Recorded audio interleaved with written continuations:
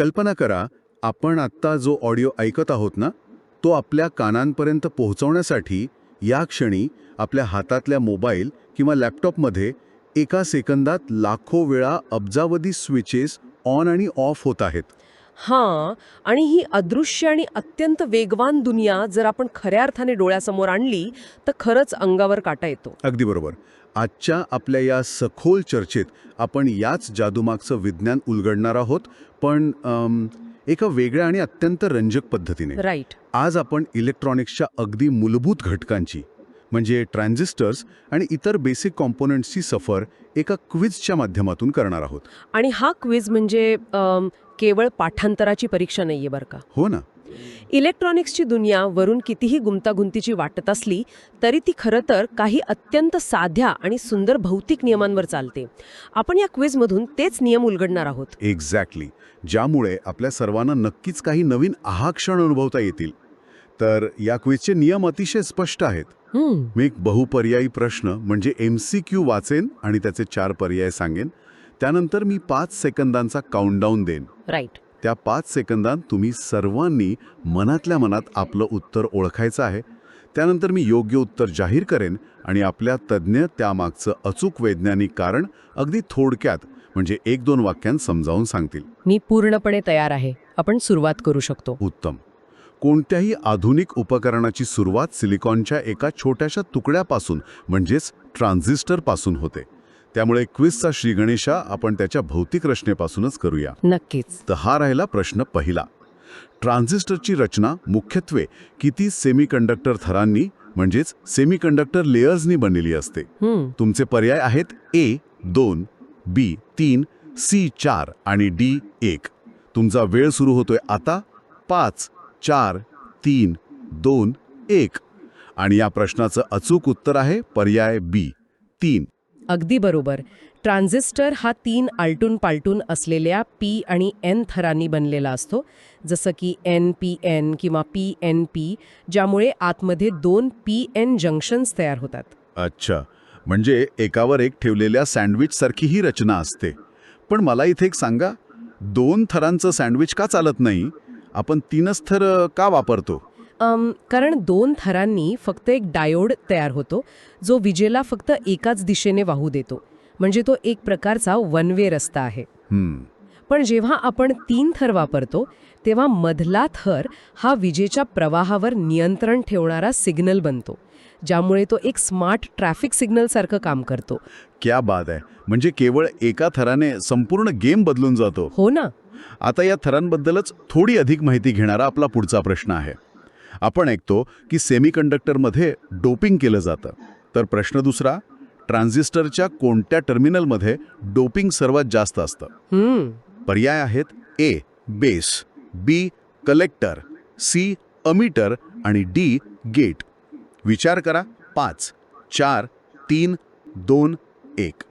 आणि याचं योग्य उत्तर आहे पर्याय C अमीटर. राईट. अमीटरचं मुख्य काम मोठ्या प्रमाणावर चार्ज कॅरियर्स तयार करून उपकरणात सोडणं हे आहे, आणि त्यासाठीच त्यात कमाल पातळीवर डोपिंग केलेलं असतं. इथे डोपिंग हा शब्द नवशिकांसाठी थोडा कन्फ्युजिंग असू शकतो. हां, खरंय. डोपिंग म्हणजे शुद्ध सिलिकॉनमध्ये मुद्दाम अशुद्धता मिसळणं, जेणेकरून त्याची वीज वाहून नेण्याची क्षमता वाढेल. पण जर अमीटर एवढा शक्तिशाली आहे आणि तो एवढ्या मोठ्या प्रमाणावर चार्जेस तयार करून पुढे पाठवतो, तर मग त्याच्या पुढच्या थलाचं म्हणजेच मधल्या बेसचं नक्की काम काय?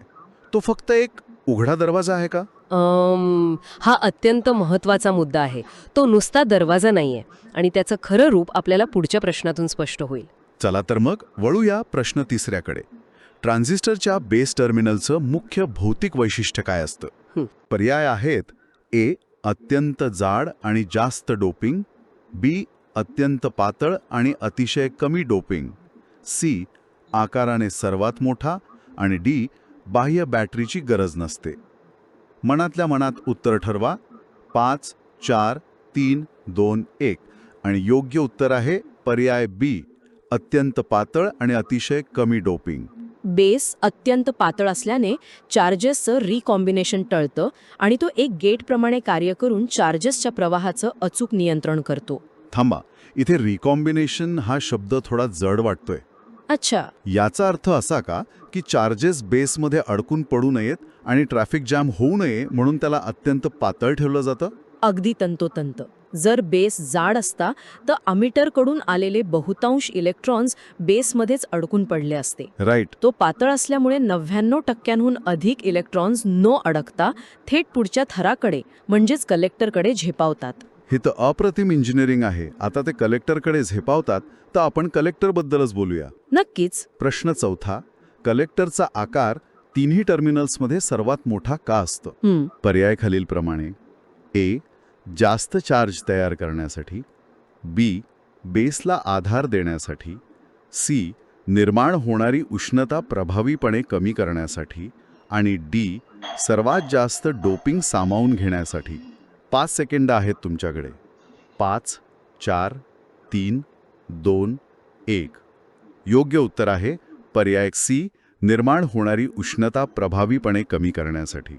उत्सर्जित केलेले चार्जेस अत्यंत वेगाने गोळा करताना कलेक्टरमध्ये जास्त पॉवर खर्च होते.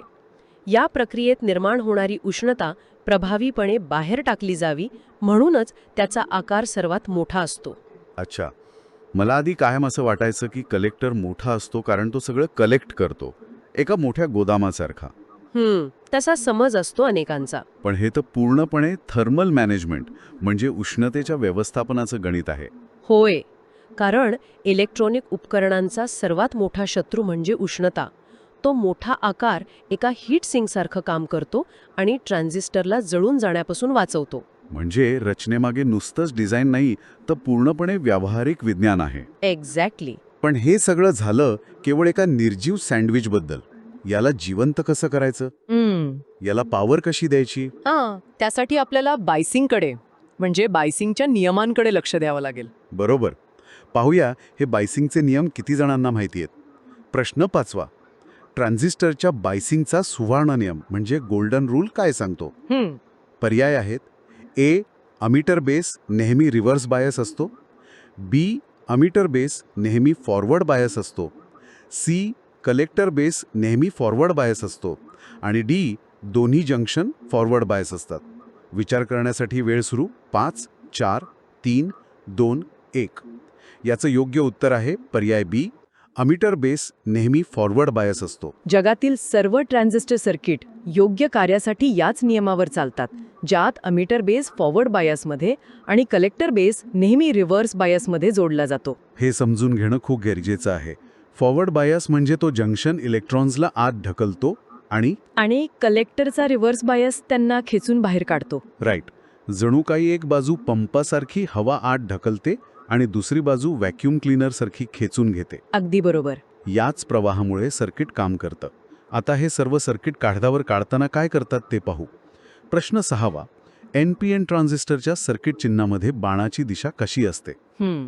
पर्याय: ए, आतल्या बाजूला, बी, बाहेरच्या बाजूला, सी, बाण नसतो, आणि डी, दोन्ही बाजूंना. तुमची वेळ सुरू होतीये. 5, 4, 3, 2, 1. आणि उत्तर आहे पर्याय बी, बाहेरच्या बाजूला. विद्युत प्रवाह नेहमी पॉझिटिव्हकडून नेगेटिव्हकडे म्हणजेच पी कडून एन कडे वाहतो. म्हणून NPNच्या चिन्हात बाण बेसकडून अमिटरकडे बाहेरच्या बाजूला निर्देशित असतो. हे लक्षात ठेवायला एक सोपी ट्रिक आहे. NPN म्हणजे नॉट पॉइंटिंग इन. अच्छा, ही छान ट्रिक आहे. बाण नेहमी बाहेर जातो आणि जर PNP असेल तर बाण आत येतो. कागदावरचं डिझाईन तर समजलं, पण इंजिनियर्स हे वापरतात कसे? यावर आहे आपला प्रश्न 7वा. उद्योगात सर्वाधिक वापरलं जाणारं ट्रान्झिस्टर कॉन्फिगरेशन, ज्याला आपण इंडस्ट्री स्टँडर्ड म्हणतो, ते कोणतं आहे? पर्याय A, NPN common base, B, PNP common collector, C, NPN common emitter, आणि डी, PNP कॉमन बेस. तुमचे 5 सेकंड.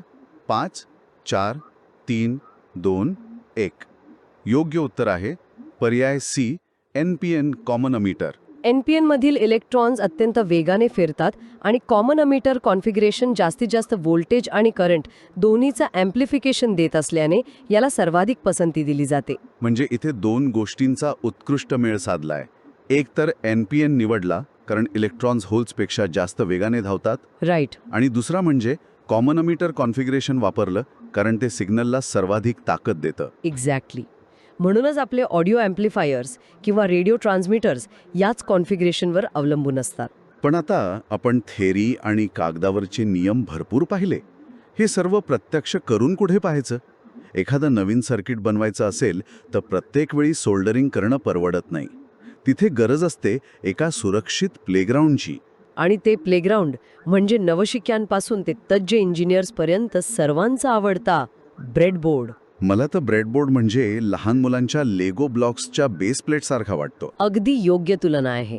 याच ब्रेडबोर्डवर आधारित आहे आपला प्रश्न 8वा. ब्रेडबोर्डचा मुख्य उपयोग काय आहे? पर्याय ए. वीज साठवणं, बी. सोल्डरिंग न करता सर्किट बनवणं, सी. एसीचं डीसीमध्ये रूपांतर करणं आणि डी. व्होल्टेज मोजणं. वेळ सुरू 5, 4, 3, 2, 1. याचं अगदी सोपं आणि सरळ उत्तर आहे पर्याय बी. सोल्डरिंग न करता सर्किट बनवणं. ब्रेडबोर्डमध्ये आतून धातूच्या स्प्रिंग क्लिप्स जोडलेल्या असतात, ज्यामुळे कोणत्याही घटकाचा पाया त्यात नुसते खोचून सोल्डरिंगची कटकट न करता सर्किट सहज जोडता आणि काढता येतं. ही खरोखरच एक मोठी सोय आहे. सोल्डरिंग करताना चटके बसण्याची भीती असते. हो, आणि शिवाय एखादा घटक चुकीचा जोडला गेला तर तो पुन्हा काढणं महाकठीण काम असतं. एक्झॅक्टली. ब्रेडबोर्डवर तुम्ही कितीही वेळा चुका करू शकता, पण या ब्रेडबोर्डवर वीज कशी फिरते त्यावरच आधारित आहे आपला प्रश्न 9वा. ब्रेडबोर्डवरील पॉवर रेल्सची अंतर्गत रचना कशी असते? तुमचे पर्याय आहेत: ए. सर्व छिद्र पूर्णपणे वेगळी असतात, बी. मध्यभागी 5-5 छिद्रांच्या आडव्या रांगा असतात, सी. दोन्ही बाजूंना असलेल्या संपूर्ण उभ्या ओळी आतून सलग जोडलेल्या असतात आणि डी.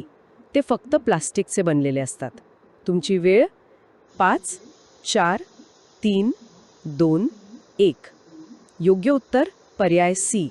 दोन्ही बाजूंना असलेल्या संपूर्ण उभ्या ओळी आतून सलग जोडलेल्या असतात. या लाल आणि निळ्या रंगाच्या सलग उभ्या ओळी संपूर्ण सर्किटला मुख्य वीज पुरवठा म्हणजेच VCC आणि ग्राउंड देण्यासाठी एक हायवे म्हणून काम करतात. म्हणजे एकदा का त्या उभ्या रांगेत बॅटरी जोडली की संपूर्ण बोर्डवर कुठेही वीज सहज उपलब्ध होते. हो ना. तुम्हाला प्रत्येक घटकासाठी स्वतंत्र वायर थेट बॅटरीपर्यंत नेण्याची गरज उरत नाही. एक अदृश्य पॉवर ग्रिडच तिथे तयार असते. आता या सर्किटमध्ये सर्वात आधी आपण काय लावतो तर एक लाईट. म्हणूनच आपला पुढचा प्रश्न आहे LED बद्दल. प्रश्न 10वा. LED सर्किटमध्ये जोडताना त्याचा ॲनोड कोणता पाय असतो? पर्याय खालीलप्रमाणे: ए. लहान पाय जो निगेटिव्ह असतो, बी. दोन्ही पाय समान असतात, सी. मोठा पाय जो पॉझिटिव्ह असतो आणि डी. जो पाय जाड असतो तो. वेळ सुरू 5, 4, 3, 2, 1. उत्तर आहे पर्याय सी. मोठा पाय जो पॉझिटिव्ह असतो. LEDला पोलॅरिटी असते, त्यामुळे मोठा पाय नेहमी ॲनोड आणि लहान पाय कॅथोड असतो. तो चुकीच्या दिशेने जोडल्यास तो प्रकाश देण्याऐवजी प्रवाहाचा मार्ग अडवून धरतो. बरेचदा लोक नवीन सर्किट बनवतात आणि LED लागत नाही म्हणून निराश होतात, तेव्हा तो फक्त उलटा जोडलेला असतो. खरंय. पण समजा एखाद्याने त्या LEDचे पाय कापले असतील आणि दोन्ही पाय समान लांबीचे असतील तर? असाही प्रसंग अनेकदा येतो. अशा वेळी त्या LEDच्या प्लास्टिक कव्हरकडे नीट पाहावं. अच्छा. ज्या बाजूला प्लास्टिक थोडं चपटं म्हणजे फ्लॅट असतं तो पाय कॅथोड म्हणजेच नेगेटिव्ह असतो. अरे वा, ही एक अतिशय प्रॅक्टिकल टीप आहे. आता LED योग्य दिशेने तर जोडला, पण त्याला सुरक्षित कसं ठेवायचं? प्रश्न 11वा.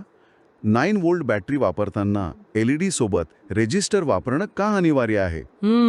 पर्याय ए. LEDचा प्रकाश दुप्पट वाढवण्यासाठी, बी.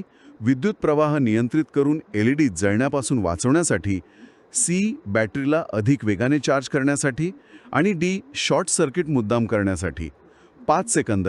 5, 4, 3, 2, 1. योग्य उत्तर आहे पर्याय बी. विद्युत प्रवाह नियंत्रित करून LED जळण्यापासून वाचवण्यासाठी. पाण्याच्या नळीला दाबल्यावर जसा पाण्याचा वेग आणि दाब कमी होतो, अगदी तसाच रेझिस्टर प्रवाहाचा वेग कमी करून त्या नाजूक LEDला जास्त विजेमुळे जळून खाक होण्यापासून वाचवतो. जर तुम्ही 9 व्होल्टच्या बॅटरीला थेट LED जोडलात तर तो एका सेकंदात पॉप असा आवाज करून फुटेल. ऑब्व्हियसली. रेझिस्टर हा त्या विजेच्या प्रवाहात उभा असलेला बाउन्सर आहे जो सांगतो की एवढ्या वेगाने आत जाता येणार नाही, रांगेत हळूहळू जा. त्यामुळे एलईडी सुरक्षित राहतो. अगदी समर्पक उदाहरण. पण आता आपण एका वेगळ्याच समस्येकडे वळूया. आपण रेझिस्टर लावून एलईडी तर वाचवला, पण जर तुमचा पॉवर सप्लायच अस्थिर असेल तर काय करायचं? तिथे काही विशेष घटकांची गरज भासते. पाहूया यावर आधारित आपला 12वा प्रश्न. झेनर डायोडचा सर्किटमध्ये मुख्य उपयोग काय आहे? पर्याय ए, व्होल्टेज रेग्युलेशन करून स्थिर आउटपुट देणं. बी, आवाजाची पातळी वाढवणं. सी, फक्त प्रकाश निर्माण करणं. आणि डी, AC करंट साठवून ठेवणं. वेळ सुरू. 5, 4, 3, 2, 1. आणि अचूक उत्तर आहे पर्याय ए, व्होल्टेज रेग्युलेशन करून स्थिर आउटपुट देणं. झेनर डायोड हा मुद्दाम रिव्हर्स बायस स्थितीत काम करण्यासाठी डिझाईन केलेला व्होल्टेज रेग्युलेशनचा मास्टर आहे, जो इनपुट व्होल्टेज कितीही कमी जास्त झालं तरी आउटपुट नेहमी स्थिर ठेवतो. मला हे नेहमीच खूप रंजक वाटतं. मगाशी आपण पाहिलं की साधारण डायोड किंवा ट्रान्झिस्टरचे जंक्शन रिव्हर्स बायसमध्ये काम करत नाहीत किंवा ते जळू जाऊ शकतात. राईट. पण झेनर डायोड हा असा बंडखोर घटक आहे जो खास रिव्हर्स बायसमध्येच, म्हणजे प्रवाहाच्या विरुद्ध दिशेनेच काम करण्यासाठी बनवला आहे. एका विशिष्ट व्होल्टेजला पोहोचल्यावर तो विजेला वाहू देतो आणि सर्किटला हवी तेवढीच स्थिर वीज नेतो. एक्झॅक्टली. आता पॉवर सप्लायबद्दलचं आणखी एक महत्त्वाचा प्रश्न. प्रश्न 13वा. रेक्टिफायर या घटकाचं मुख्य कार्य कोणतं आहे? पर्याय ए, डीसीचं एसीमध्ये रूपांतर करणं. बी, व्होल्टेज दुप्पट करणं. सी, एसीचं डीसीमध्ये रूपांतर करणं. आणि डी, सर्व विद्युत प्रवाह थांबवणं. शेवटचे 5 सेकंड. 5, 4, 3, 2, 1. उत्तर आहे पर्याय सी, एसीचं डीसीमध्ये रूपांतर करणं. मोबाईल चार्जर सारख्या सर्व इलेक्ट्रॉनिक उपकरणांना स्थिर DC विजेची गरज असते आणि रेक्टिफायर हे डायोड्सचा चतुराईने वापर करून घरातील प्लगमधून येणाऱ्या धोकादायक AC विजेला सुरक्षित DC मध्ये बदलण्याचं महत्त्वाचं काम करतो. म्हणूनच आपला लॅपटॉपचा चार्जर एवढा जड आणि मोठा असतो. हो ना. तो फक्त प्लगमधून वीज घेत नाही, तर आतमध्ये रेक्टिफायर आणि ट्रान्सफॉर्मर वापरून त्या सतत दिशा बदलणाऱ्या AC करंटला एका सरळ स्थिर DC करंटमध्ये वळवतो. बरोबर. पण आता 1 मिनिट. आपण एवढा वेळ voltage, current, signals, AC, DC या सगळ्यांबद्दल चर्चा करतोय. हे सगळं कागदावर किंवा थेअरीत खूप छान वाटतं, पण तारेतून वाहणारी वीज काही उघड्या डोळ्यांनी दिसत नाही. मग इंजिनियर्सना कसं कळतं की सर्किटमध्ये नक्की काय चाललंय? एखादा सिग्नल कसा दिसतो, तो कुठे कट होतोय, हे ते कसे तपासतात? आणि तिथेच प्रवेश होतो इलेक्ट्रॉनिक्स लॅबमधल्या एका अत्यंत प्रगत आणि सर्वात महागड्या उपकरणाचा, ज्याचा उल्लेख आपल्या पुढच्या आणि शेवटच्या प्रश्नात आहे. बरोबर. हा राहिला आपला आजच्या क्विजचा 14वा आणि शेवटचा प्रश्न. डिजिटल स्टोरेज ऑसिलोस्कोप म्हणजेच DSOचं मुख्य वैशिष्ट्य कोणतं आहे? पर्याय आहेत. ए, तो फक्त बॅटरीसारखं काम करतो. बी, डिजिटल डेटा मेमरीमध्ये सेव्ह करून वेव्हफॉर्म कधीही पुन्हा पाहता येतो. सी, तो केवळ तापमान मोजण्यासाठी वापरला जातो. आणि डी, तो सर्किटमधील घटक थंड ठेवतो. विचार करा. 5, 4, 3, 2, 1. आणि बरोबर उत्तर आहे पर्याय बी, डिजिटल डेटा मेमरीमध्ये सेव्ह करून वेव्हफॉर्म पाहणं. DSO अत्यंत वेगवान आणि क्षणार्धात बदलणारे अदृश्य सिग्नल पकडून ते मेमरीमध्ये साठवतो, ज्यामुळे इंजिनियर्सना वेळ थांबवल्यासारखा जुना डेटा पुन्हा रिकॉल करून त्या सिग्नल्सचा सखोल अभ्यास करणं शक्य होतं. हे एखाद्या हाय स्पीड कॅमेऱ्यासारखं आहे. जसं बुलेटचा वेगवान प्रवास कॅमेरा स्लो मोशनमध्ये दाखवतो, तसाच DSO त्या अदृश्य इलेक्ट्रॉन्सचा वेव्हफॉर्म स्क्रीनवर दाखवतो. एक्झॅक्टली. तो व्होल्टेज आणि वेळेचा ग्राफ तयार करतो, ज्यामुळे इंजिनियर खऱ्या अर्थाने विजेला पाहू शकतो. खरंच विलक्षण आहे हे. तर आज आपण एका अत्यंत सूक्ष्म ट्रान्झिस्टरच्या थरांपासून सुरू केलेला प्रवास पूर्ण केला आहे. P आणि N थरांचं रहस्य, अमीटर आणि बेसची जुगलबंदी, कलेक्टरचं थर्मल मॅनेजमेंट आपण समजून घेतलं. त्यानंतर ब्रेडबोर्डवर येऊन पॉवर रेल्स कशा काम करतात, LED कसा सुरक्षित ठेवायचा, झेनर डायोडने वीज कशी स्थिर करायची आणि शेवटी DSOवर हे सर्व कसं पाहायचं हे आपण एका अत्यंत रंजक क्विजमधून पाहिलं. या संपूर्ण चर्चेतून एकच गोष्ट अधोरेखित होते की इलेक्ट्रॉनिक्स हे काही जादू नाही, तर ते अत्यंत अचूक आणि तार्किक विज्ञान आहे. प्रत्येक घटकाचं एक अतिशय विशिष्ट काम आहे आणि जेव्हा हे छोटे घटक एका मोठ्या सिस्टममध्ये एकत्र येतात तेव्हा ते अक्षरशः चमत्कार करू शकतात. आणि जाता जाता याच चमत्काराबद्दल मला तुम्हाला सर्वांना एक विचार द्यायचा आहे. आज आपण हे बेसिक नियम शिकलो, पण पुढच्या वेळी जेव्हा तुम्ही मोबाईलची स्क्रीन अनलॉक कराल किंवा तुमचा आवडता ऑडिओ प्ले कराल, तेव्हा फक्त 1 सेकंदासाठी थांबा आणि विचार करा. त्या गुळगुळीत स्क्रीनच्या मागे, त्या छोट्याशा प्रोसेसरमध्ये अब्जावधी ट्रान्झिस्टर्स एकाच वेळी 1 सेकंदात लाखो वेळा ऑन आणि ऑफ होत आहेत. त्या अदृश्य पॉवर रेल्समधून वीज धावतीये आणि हजारो छोटे रेझिस्टर्स त्या प्रवाहाला नियंत्रित करत आहेत. राईट. तुम्ही जे काही डिजिटल अनुभवत आहात